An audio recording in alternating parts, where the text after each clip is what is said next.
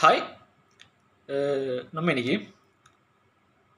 முருகப்பெருமான் அவர் மனுஷனா இல்லை அவர் ஒன்று கடவுளா அப்படின்னு இன்னைக்கு பார்க்க போகிறோம். ஆக்சுவலி நீங்கள் Murugar ancient way of worshipping style படம் ரொம்ப டிஃபர். நம்ம ஊர் ஐயனார் கோயில் எப்படி வர்ஷிப் பண்ணுவாங்களோ அதே ஸ்டைலில் வர்ஷிப் பண்ணியிருக்காங்க. இதுக்கு ஒரு பேக் ஸ்டோரியும் ஒன்று இருக்குது. உங்களுடைய ஜெனரேஷனில் யாராச்சும் ஒரு ரொம்ப நல்லா பண்ணியிருப்பாங்க, இல்லை வாரியர் அதே சமயத்தில் ஒரு வாரியரும் இருப்பார், ஒரு கிங்காகவும் இருப்பார். அவங்கள ஒரு ஃபீமேல் மேல் இவங்க ரெண்டு பேரும் தான் சொல்கிறேன். அவங்கள பார்த்தா கடவுளாக மாட்டி ஜென்ரேஷனாக வர்ஷிப் பண்ணிருப்பாங்க.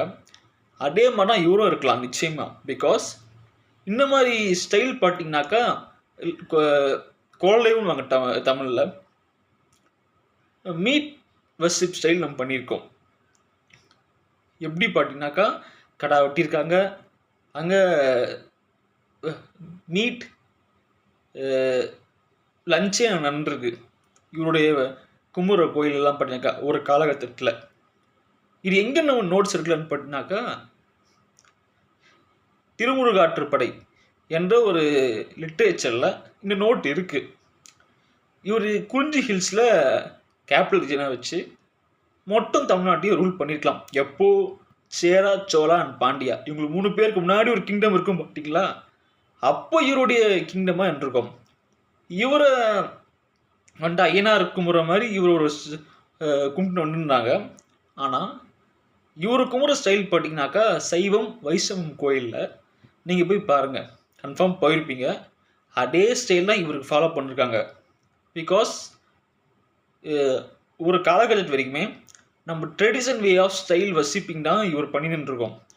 அது எப்போ மாறுச்சுன்னு பார்த்தீங்கன்னாக்கா கொஞ்சம் கொஞ்சமாக ஹிந்துன்னு ஒரு ரிலீஜியன் ஆர்கனைஸ்ட் ஆச்சு.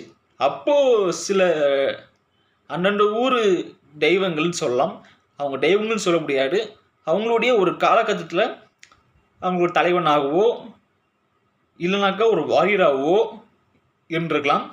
அவங்கள தெய்வமாக வர்ஷிப் பண்ணிட்டு இருப்பாங்க.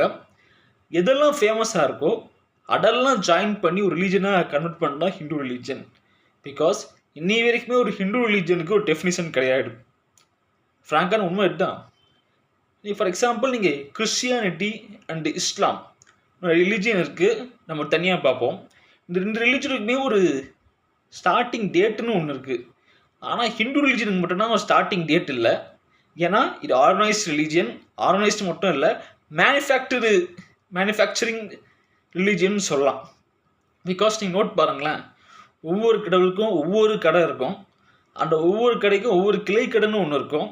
அந்த இடத்துல இவரும் ஒரு ஃபேமஸான ஆளாக தமிழ்நாடு முழுக்கன்னு இருப்பாங்க.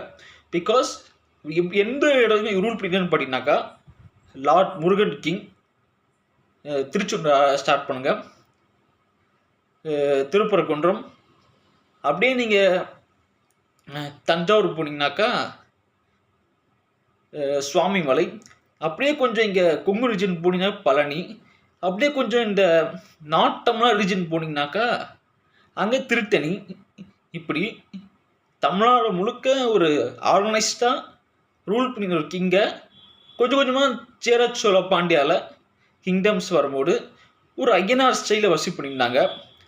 எப்போ இந்த ஒரு ஹிந்து ரிலீஜன் கொஞ்சம் கொஞ்சமாக டெவலப் ஆகிற ஸ்டேஜில் அவரை சனாதன வே ஆஃப் ஸ்டைலில் வர்ஷிப் பண்ண ஆரம்பிச்சிருக்காங்க.